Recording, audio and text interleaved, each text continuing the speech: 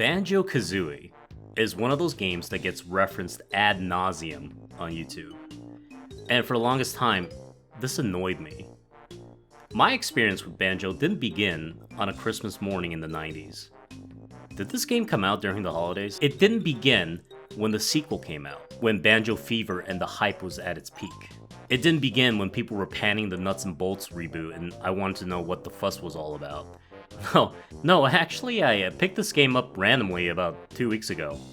2022. I never had to remove the nostalgia goggles because I never put them on. YouTubers like JonTron and Donkey praised this stuff to no end. The general consensus on the web seemed to have similar sentiments. This game is sprinkled everywhere in cyberspace. As I played through it, I had multiple instances of, oh, I think I heard of this before, in so many random ass videos. And then you could jack the car up. Wait, isn't that from Banjo?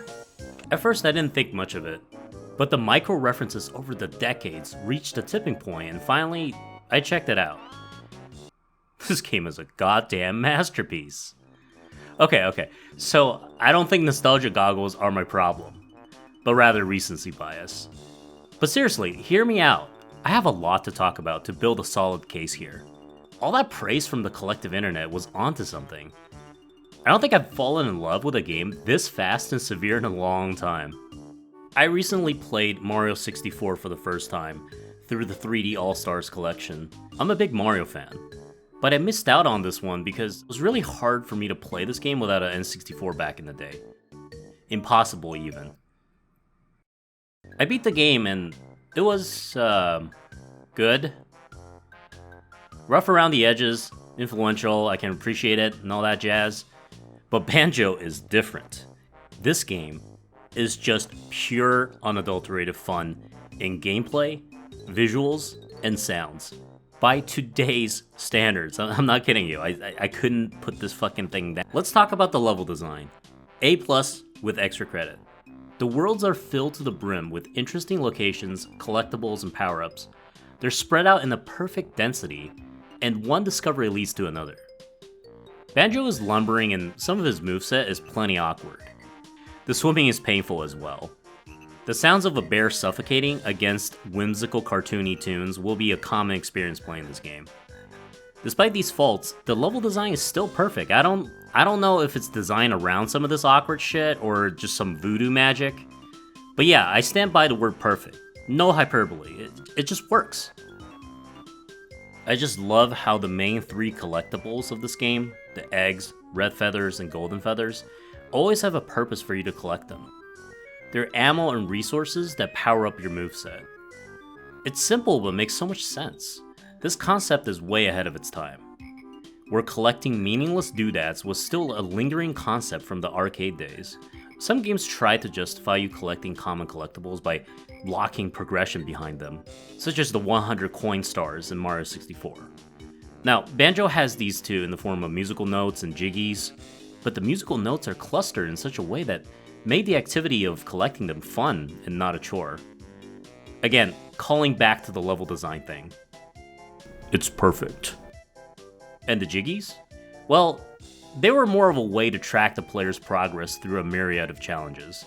The jiggies themselves were never important. Then again, few things in life are more satisfying than this.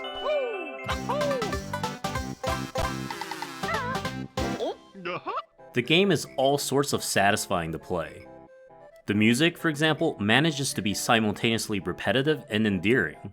So I was playing this game non-stop, right, because I was really into it. And my wife, she was sitting next to me, or no, she was in the other side of the room, but she could clearly hear the music. And she was protesting that I stopped playing this random Saturday morning kids cartoon game. 50 minutes later, she was humming the Mad Monster Mansion theme like nobody's business. The way music and sound is implemented in this game is also very charming. Songs keep their melody, but morph into different variations depending on where Banjo is and what he's doing. Dive underwater and the song becomes muffled and watery.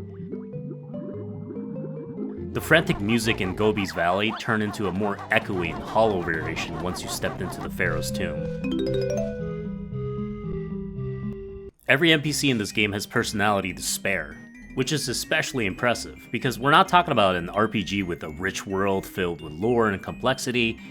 This is a game where you body slam a camel so that he throws up into the mouth of a talking tree to water it.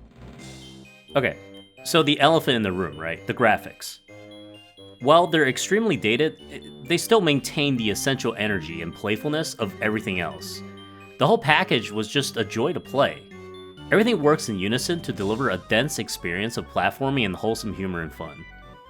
Get it on the Nintendo expansion thingy, or hunt down an old cartridge, or just get it some other way. Just get the damn game and play it. Or not. I mean, if you're not into the collectathon genre, then you might not like it. Then you might have other means to live a fulfilling life, but that's besides the point. If you like platforming and collectathons and haven't played this, then you owe it to yourself to experience Banjo-Kazooie. I give this game 10 out of 10 goggles. Go play now.